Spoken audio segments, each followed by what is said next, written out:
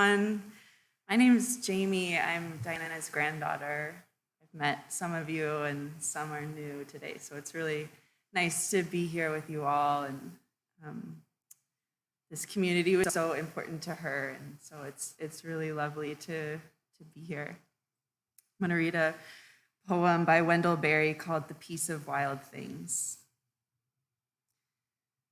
When despair for the world grows in me, and I wake in the night at the least sound, in fear of what my life and my children's lives may be, I go and lie down where the wood drake rests in his beauty on the water and the great heron feeds. I come into the peace of wild things, who do not tax their lives with forethought of grief. I come into the presence of still water, and I feel above me the day-blind stars waiting with their light. For a time, I rest in the grace of the world and am free.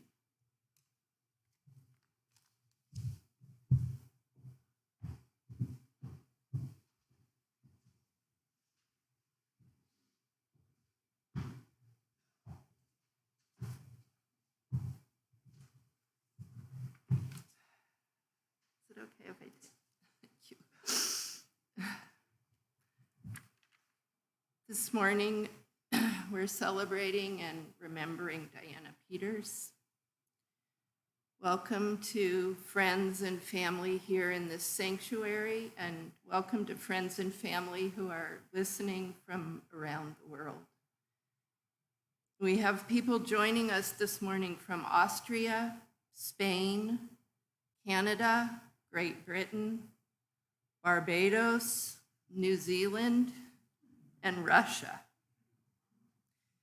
We have friends listening in Washington, Oregon, California, Massachusetts, Illinois, Michigan, Colorado, and Hawaii. Thank you for being here this morning and reflecting on Mom's life and considering what made it rich. My mother was a worrier, but she did not let this extinguish her curiosity and love of adventure. She loved seeing new things and meeting new people. She loved the spark that you feel when engaging with others in a new place or over a new idea. And if there was good food involved, that was even better. Even in her last days, she bundled up and went into Winslow with her friend Judy for tea and a pastry and a fresh vision of the world. The Cedars community was vitally important to my mom, providing community and relationship that she cared deeply about. Thank you for caring deeply back and providing another sense of family for her.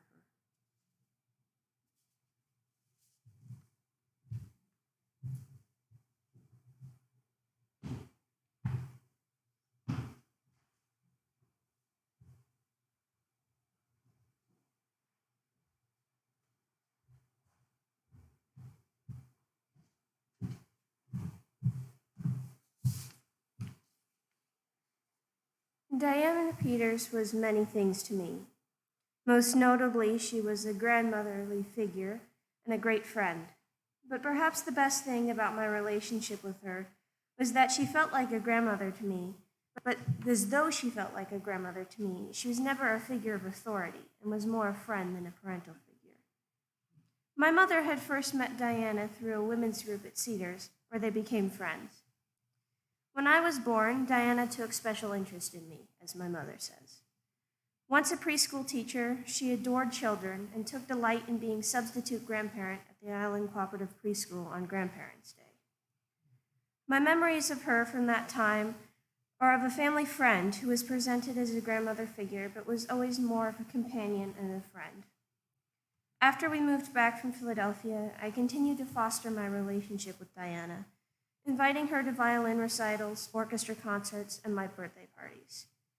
We also corresponded regularly via handwritten notes and letters. I signed mine Granddaughter Grace, and she signed hers Grandma Diana, in beautiful handwriting that never changed even up until the last note she wrote me. I know to some people it seems strange to have an elderly friend, but I was always proud to know Diana. To me, she was a well of wisdom, love, and knowledge, an experience that one can only gain from having as long a life as she did. Up until COVID, I would sit with Diana at church and always enjoyed seeing her whenever the opportunity arose. During COVID, we would occasionally Zoom, but more often we continued to write letters, notes, and cards back and forth to each other. Knowing that isolation at the Madison house was difficult for Diana, my mother and I often brought her flowers from our abundant garden.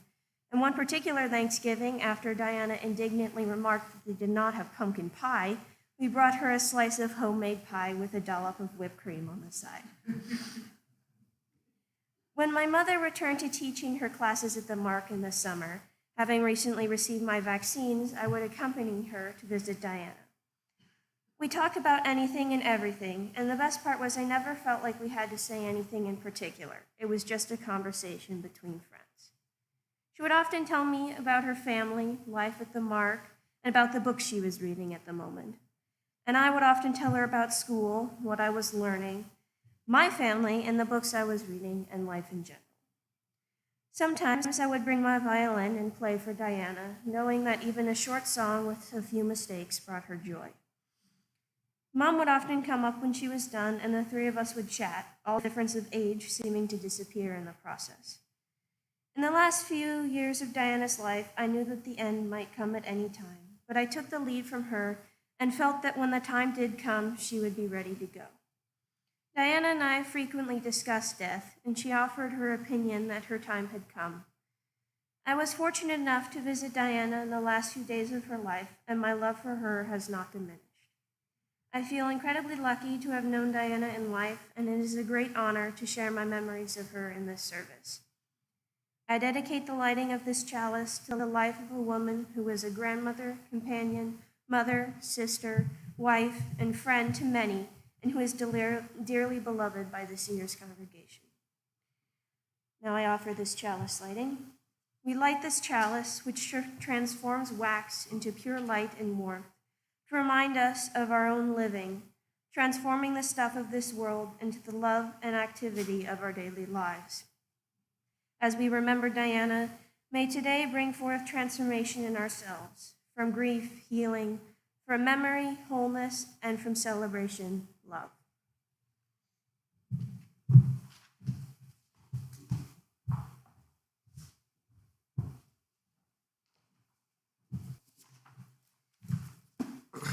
Hey y'all, I'm Dylan Maslak, Diana's first grandson.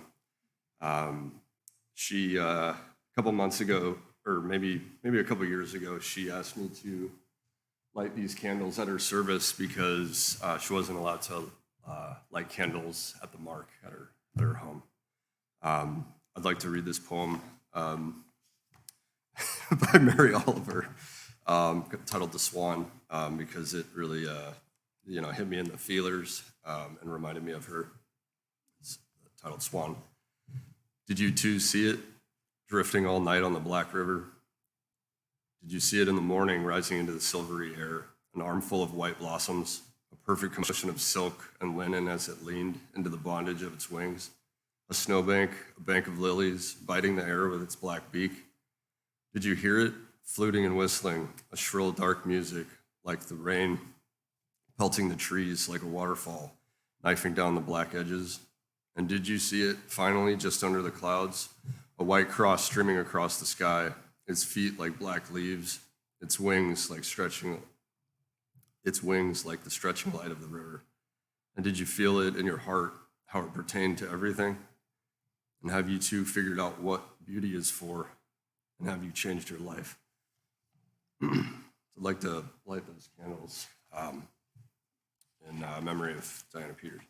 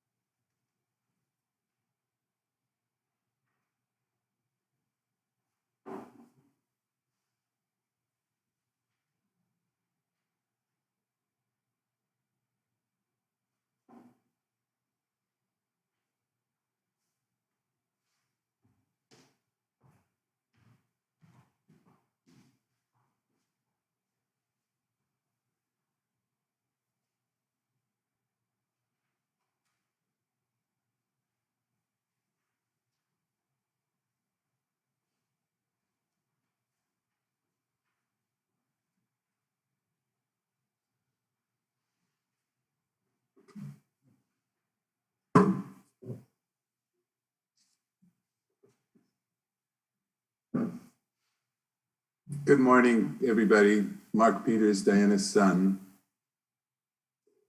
Can you hear me? It's very strange to be participating from so far away, but I'm grateful for the opportunity. Bach wrote 6 suites for the solo cello, and for me, they always corresponded to various stages of life, starting with the G major, which is in the innocence of infancy, and ending with the D major suite number 6, which is the closest that I can imagine coming to transcendence. And of that 6th suite, this is the Allemande, which has always been my favorite.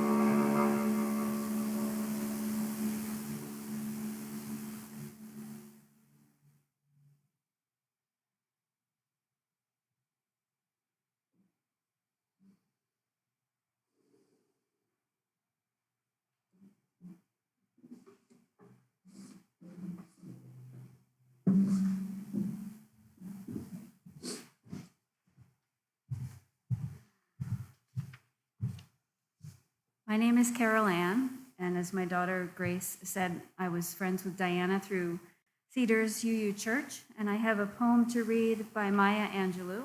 And many of you know that Diana knew Maya Angelou from her time in California. And she and I went to see her years ago over in Seattle. It was really wonderful. The poem is called When Great Trees Fall. When great trees fall, rocks on distant hills shudder. Lions hunker down in tall grasses, and even elephants lumber after safety. When great trees fall in forests, small things recoil into silence, their senses eroded beyond fear. When great souls die, the air around us becomes light, rare, sterile. We breathe briefly. Our eyes, briefly, see with clarity. Our memory, suddenly sharpened, examines, gnaws on kind words unsaid, promised walks never taken. Great souls die, and our reality, bound to them, takes leave of us. Our souls, dependent upon their nature, now shrink, wizened. Our minds, formed and informed by their radiance, fall away. We are not so much maddened as reduced to the unutterable ignorance of dark, cold caves. And when great souls die, after a period, peace blooms, slowly and always irregularly, space filled with a kind of soothing electric vibration, our senses restored, never to be the same, whisper to us, they existed. They existed. We can be, and be better, for they existed.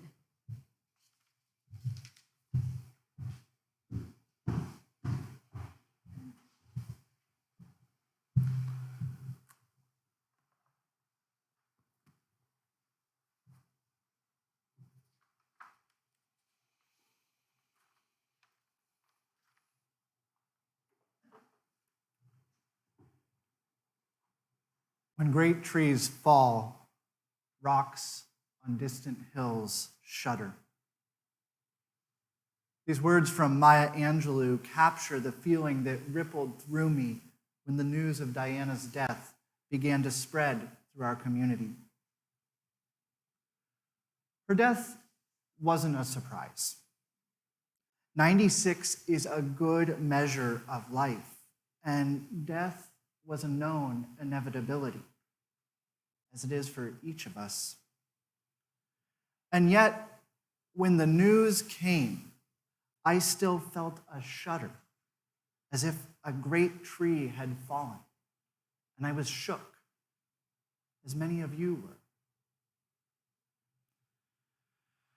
Maya Angelou's words in relation to Diana shook me because I can imagine a reality in which they were written in reference to Diana.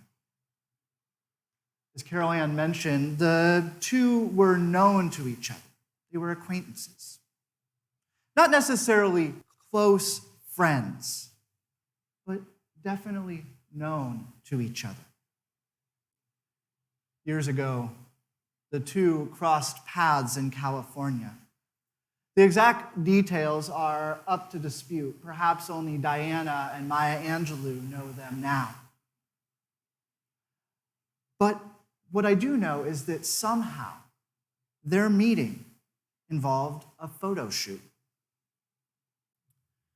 Diana had taken up photography, and through some chance, Maya Angelou ended up with a coupon or a recommendation for a photo shoot with Diana. I've seen some of the photos she took in that photo shoot, along with other photos that Diana took in her travels or adventures just out to the park or beach. In all the images of the photographs that Diana took, the thing that struck me was her eye for detail.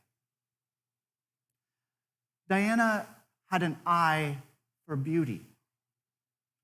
Simple, refined beauty. the grains of sand that clung to seashells, the green leaves of maples and birches as the late spring light dazed through them, the light that touched Maya Angelou's face as she glowed with the radiance of an expectant mother.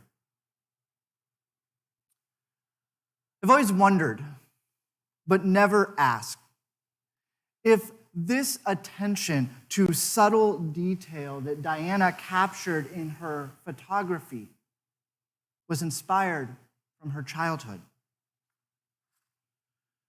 Diana was born in British Columbia in 1925. She spent her early years living on Reed Island. In conversations that she and I had about this period of her life, she always talked about being surrounded by nature.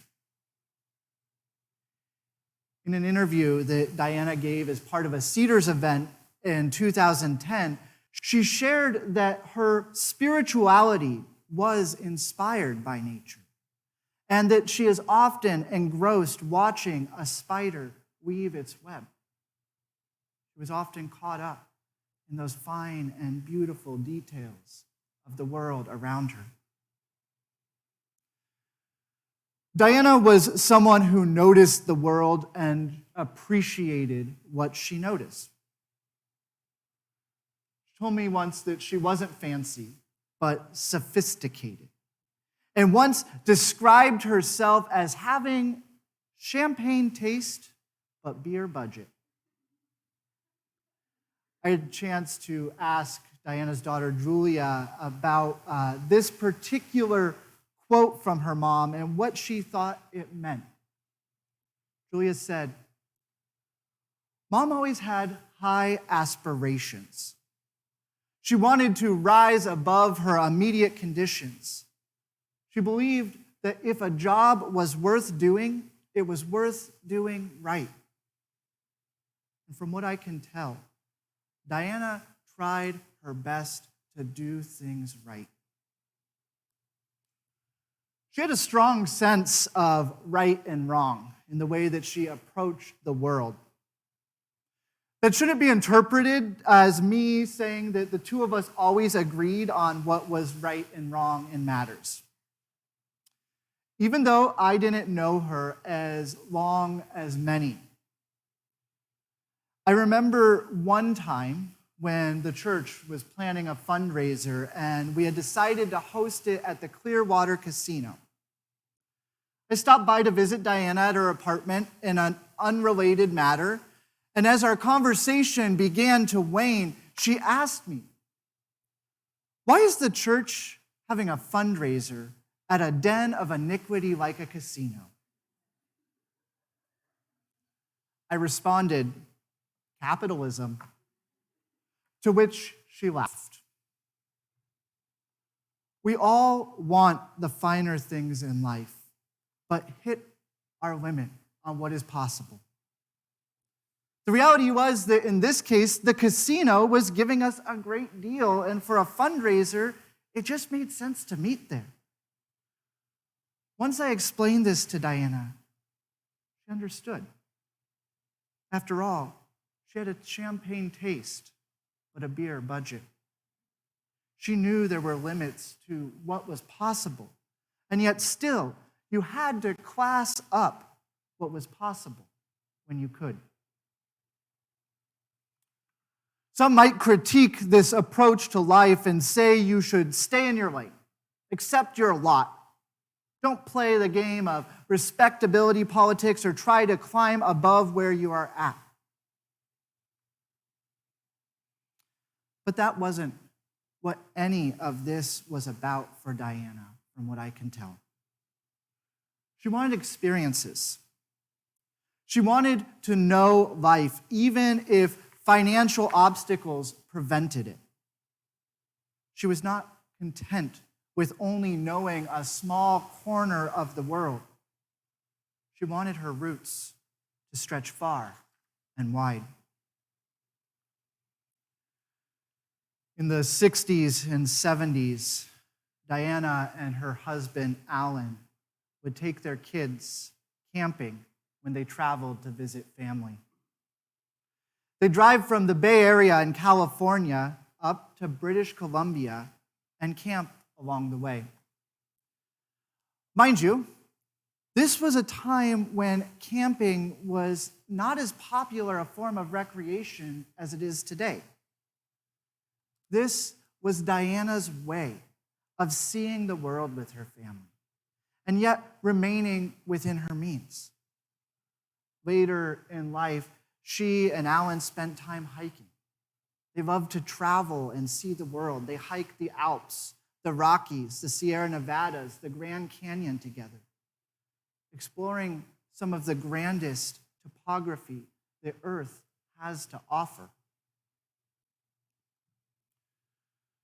When I think of Diana's life and all the beauty that she must have experienced, I find the question from Mary Oliver's poem, Swan, rises to the surface of my mind. Have you finally figured out what beauty is for? Life is meant to be lived. Life is meant to be experienced and shared with others in community and in relationship. Life is only life in relation to the rest of creation, in relation to each other. Life is beautiful if you are willing to experience its beauty. If I were to sum up what I have learned about life from Diana Peters, it's the importance of finding the beauty wherever you find yourself. The importance of finding the beauty wherever you find yourself. That's not to say it's always easy to find the beauty. Sometimes beauty is hard. It's hard to find in the situations that we face. Death, for example, is beautiful. Death is part of life. Death is what gives us meaning, knowing that all this could pass.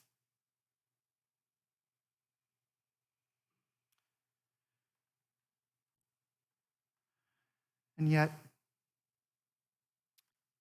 when confronted with the death of Diana, despite still knowing that this is part of life, it's hard to not be shook, as if a great tree has fallen.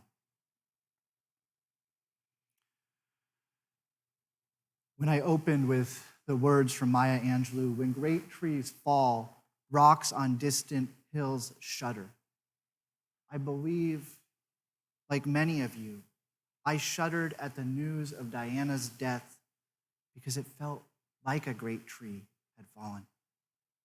I knew that a being, someone who had witnessed an immensity of life, had gone before us. And yet, even in the sadness, I know that there was nothing that we could do to change what happened. Death comes to us all. We can't prevent it. Diana knew that. She spoke about it on several occasions at length with me. And one time when I asked her what gave her such comfort in the face of death, she referenced some lines from the Wendell Berry poem that was shared at the beginning of our service. I come into the peace of wild things, and for a time I rest in the grace of the world and am free. Today is sad.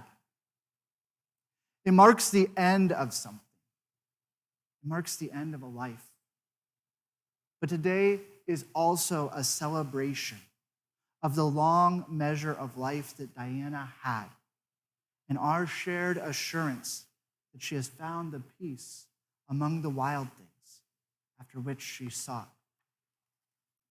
Now we carry her forward in our memory. in the stories that we share, in the way that we reflect on her presence in our life. We carry her forward in memory as we live our lives seeking after the beauty of creation. To the glory of life.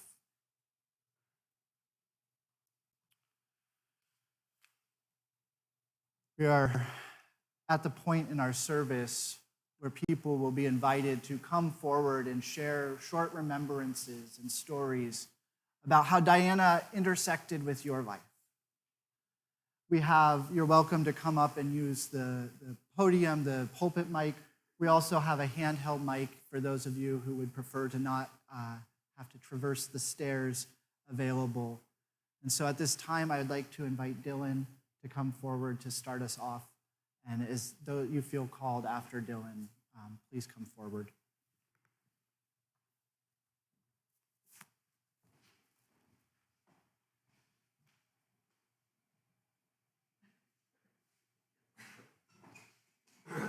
All right, to the glory of life. I think those three candles kind of wrap up her three personalities. You know, she was really calm and collected, like the pink one. She was quiet and reserved, like the white one, and she was goofy and just ridiculous sometimes, like the yellow one, which is why I got this shirt on.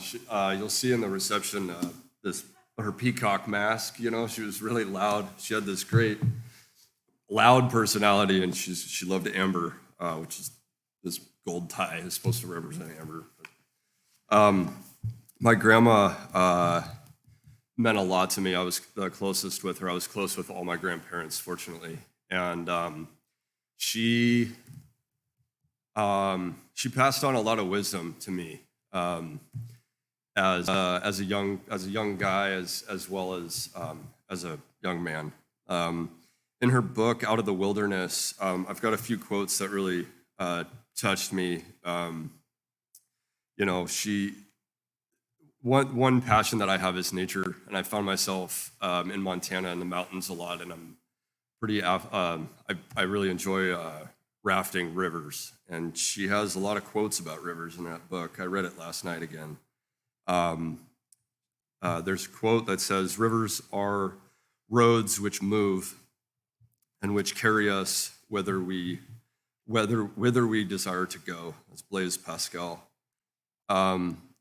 I wanted to touch on like the goofy side of her personality because I'm kind of always been the class clown, and she had a special spot for humor, especially after Alan passed. And there's a story that she told me recently again that you know, her father built a small cottage for the girls for them to kind of hang out. And when they were goofing around, her sister Cynthia climbed up on the studs above the door, and her father, who was a pretty angry figure, you know, threw open the door and came into the cottage.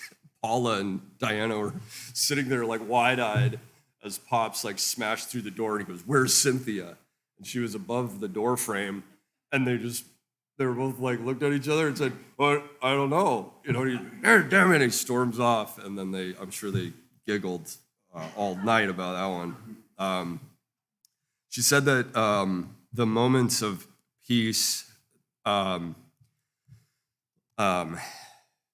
she found were sitting among the birds and the spiders, and in a life of pretty hard life on Reed Island, full of chores, that she found peace. You know, she was so invisible to the birds that they would go along their daily tasks, and she felt one with said birds and creatures. She said that I learned that it's never too late to learn how to present my side in a better way. I never know how to get my point across clearly. Yeah, so that really means a lot to me because I'm working on bettering myself every day. And I won't take up too much more any more of the time, but there's a quote from T.S. Eliot from the Four Quartets that says, "I I do not know much about gods, but I think that the river is a strong and brown god, sullen, untamed, and intolerable. And when I remember her as, a really great friend, mentor, I was really fortunate to be able to shut down business and come over to the island as I learned that one of her dying wishes was to see me. And I was with her a couple days before her passing, and I moved back from Bozeman almost 10 years ago to kind of be here with family. And she really did a good final push. But she was a pretty awesome person. So thanks for being here. See ya.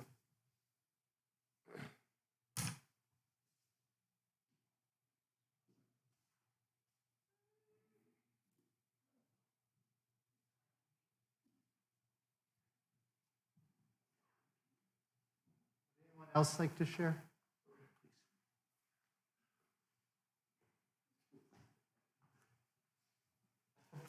Hi there. I knew Diana for 44 years. I didn't think I could learn more about her, really. I married Julia,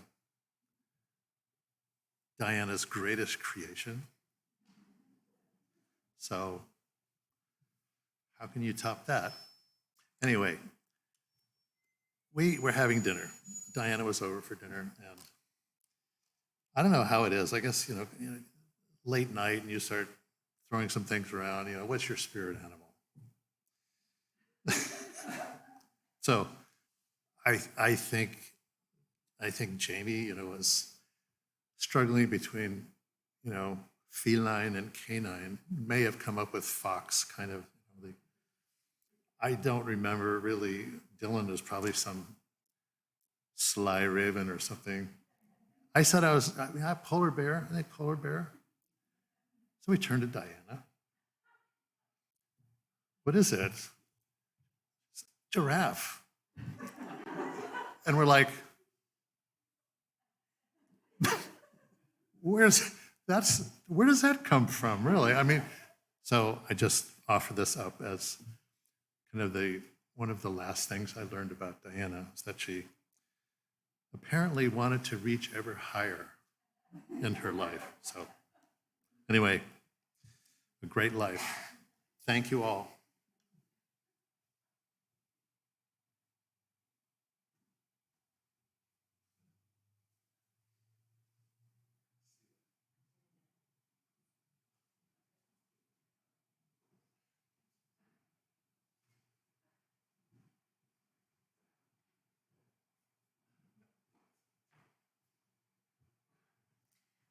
I'm Johanna Munson, and Diana and my mom, Faith Munson, were best friends. My mom moved here in '98, and I just remember the joy that my mom had. She'd lived in Florida for years, didn't know anybody out here, found the Cedars community, and was just immediately drawn in and became very, very close with Diana. I remember when I first moved here, the first Thanksgiving, Diana came over and Alan had just died. And it was a really, really hard time for her. But she brought these cream cheese filled dates. And that was my first experience with those. And so I've always remembered that. I was out walking the morning that I heard that she had died and just suddenly felt chills and was so happy because I knew that Diana and my mom, Faith, were having tea together again and just enjoying that reunion. That's, that everlasting life that we have, that our souls find those that they need to find again at some point. And it was 17 years since, well, not that long, 17 years since I moved here, 14 years since my mom died. And Diana's strength in going on after losing her husband, losing my mom, her so many friends, testament. And yes, I've been watching those candles and just like, wow. Thank you for mentioning that, Jamie. And Mark, it was your music. I was so honored to hear that this morning. Thank you for being with us from the distance.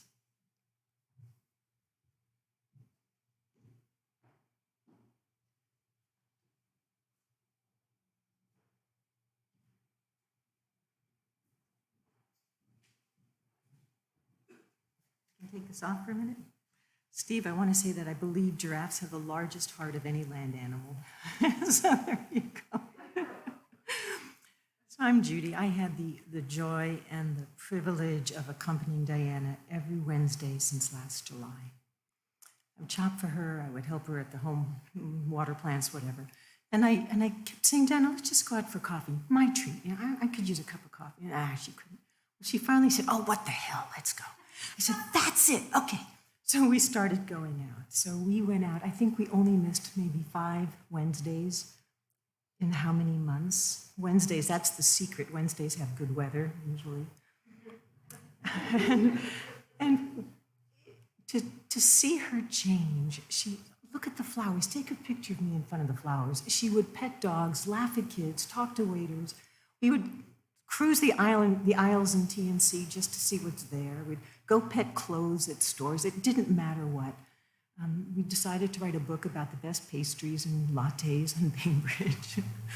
We became a Wednesday fixture. So in the summer, we would sit outside Blackbird. In the fall, she would pick up colorful leaves and just notice the beauty around us. And in the winter, she bought a hat. Now that is a memory I'll never forget. She never lost her dignity. So here she is, looking in the mirror, trying, just looking ever beautiful, buying a hat. So I thank you, Diana. I think Wednesdays will always be Diana days.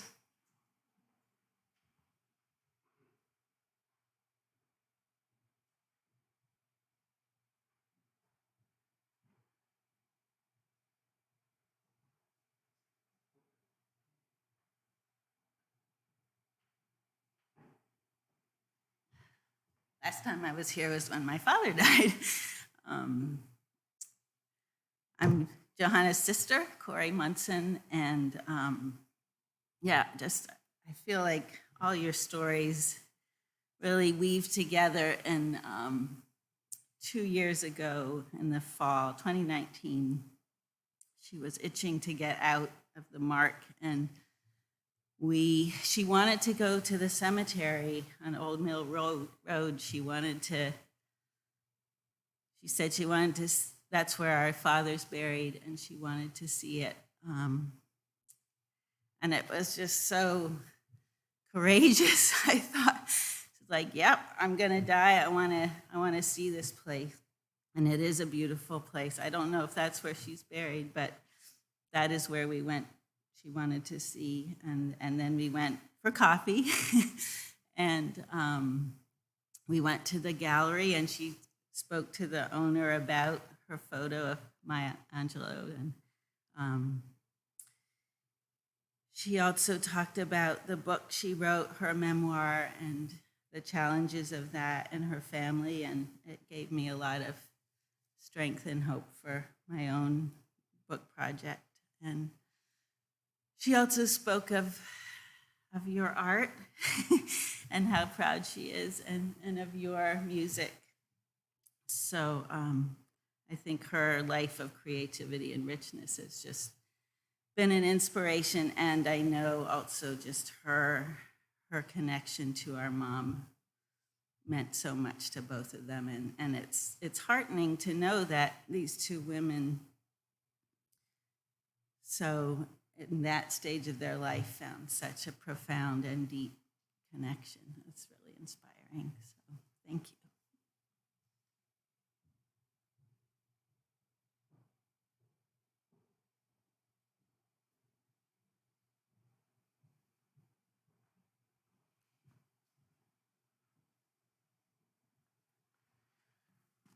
Are there any final remembrances that anyone would like to share?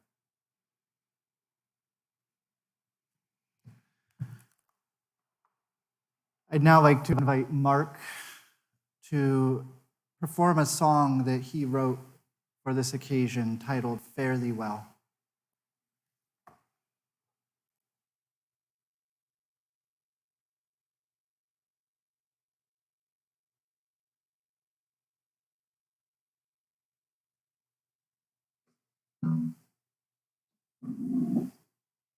There's a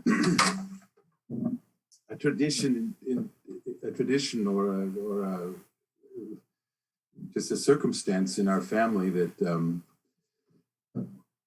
many of us have chosen to live very far away from home.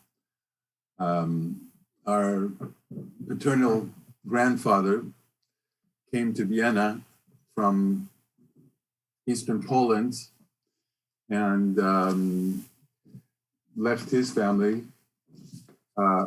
Our great-grandmother moved to Vienna from the country and left her family behind. Alan couldn't wait to get out of Vienna and was forced to do so, came to England on the Kindertransport and then wandered further to Canada. Mom couldn't wait to get off her island and went to Vancouver and then joined the Air Force and ended up in Halifax and met Dad in Montreal. And they wandered further to California. And I've sort of continued the tradition. I left the United States when I was 24, moved to Vienna. I've been over here for 44 years now. And it's always obviously had to do with saying goodbye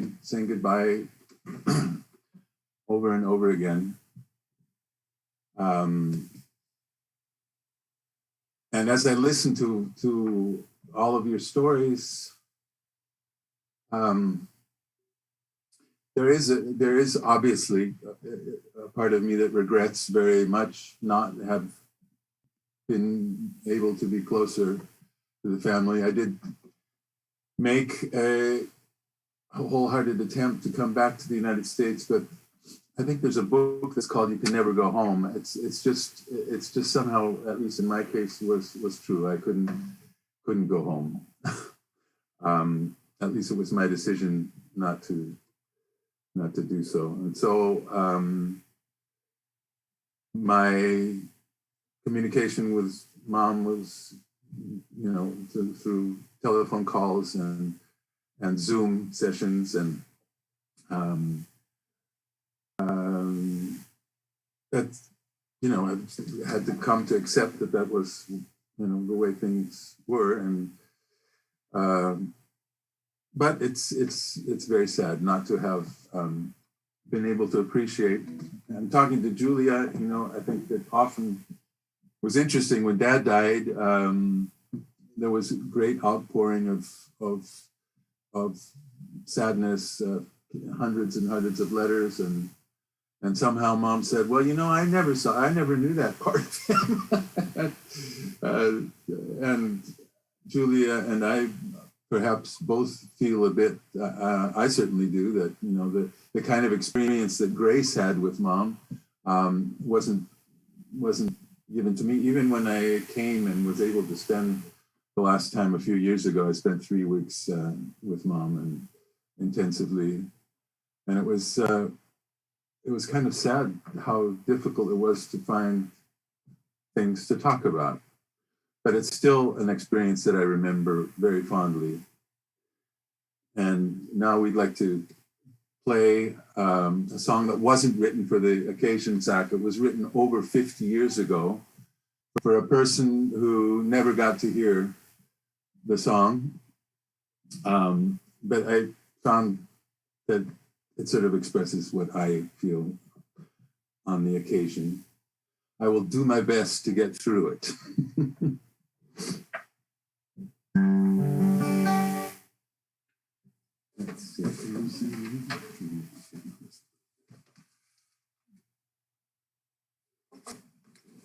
We lay down a violin part this afternoon, so my wife Martina is going to accompany a little bit.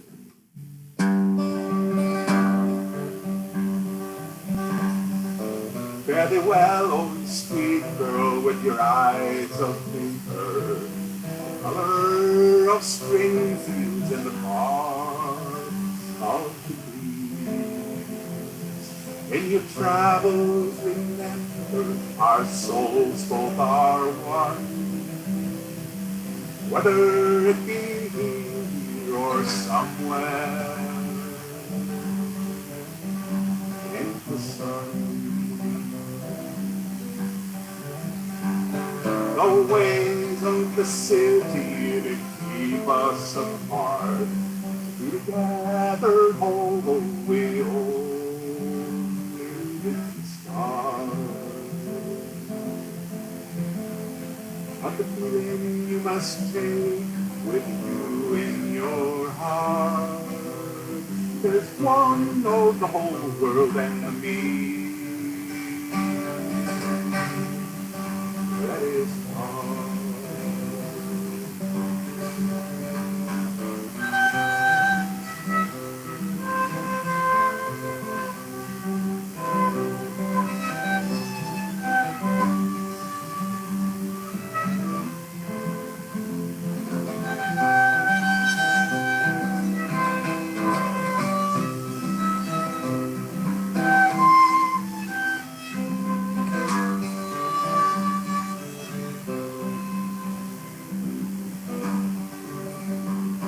To see you again would be oh so fine. Having never parted, you won't worry about the time. For I will be with you wherever you go. I tell you now, I love you, that's all.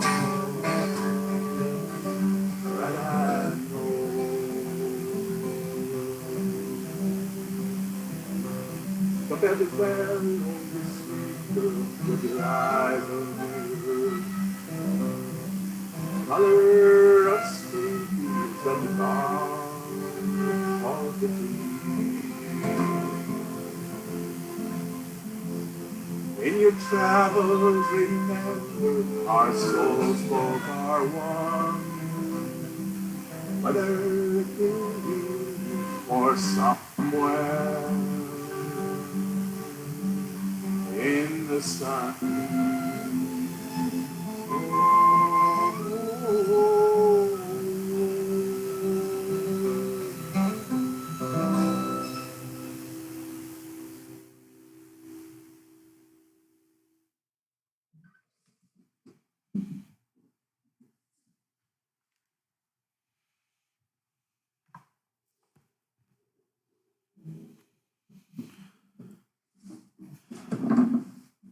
I'd like to invite you to take another breath with me.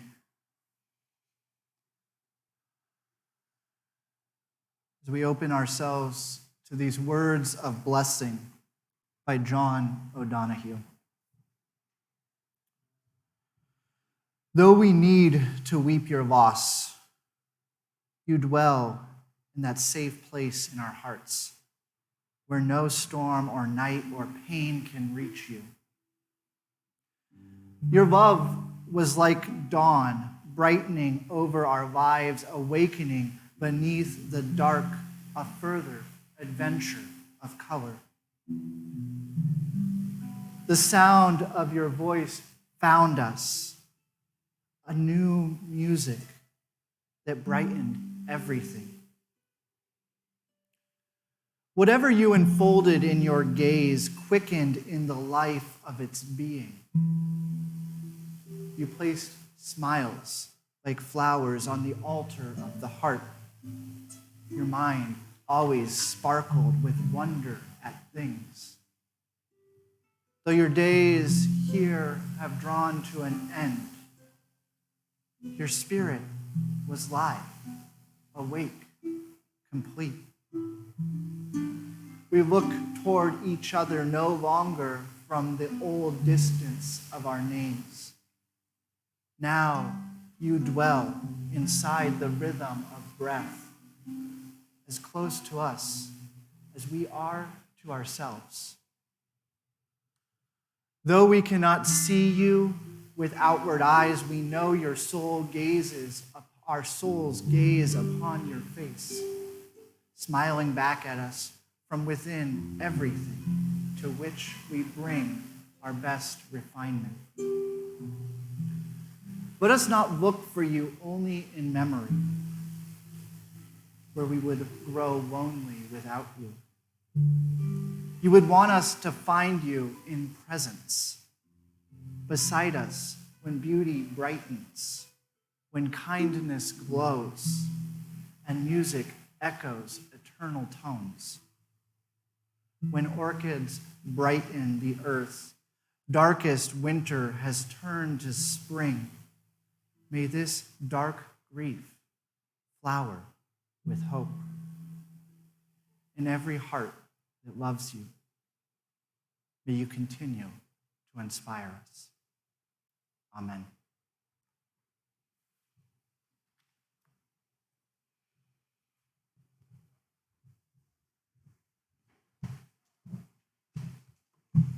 Please rise as you are willing and able, and join me in reciting the chalice extinguishing words.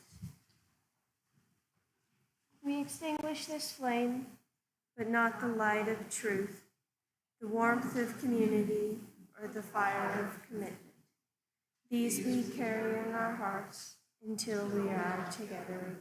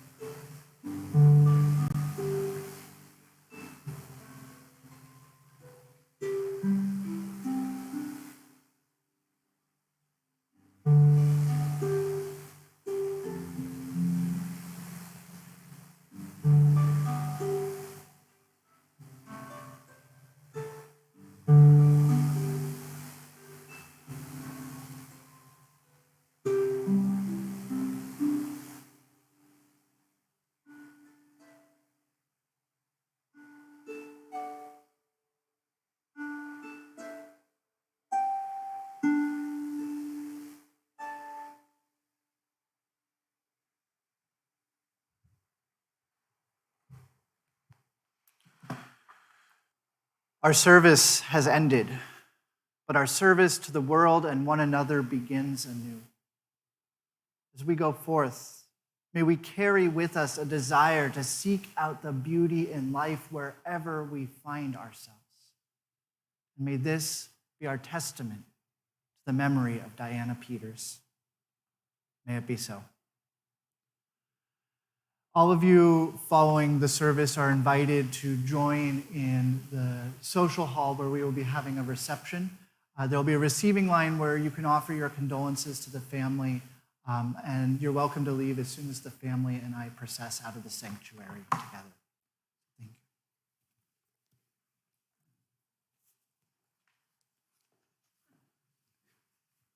you.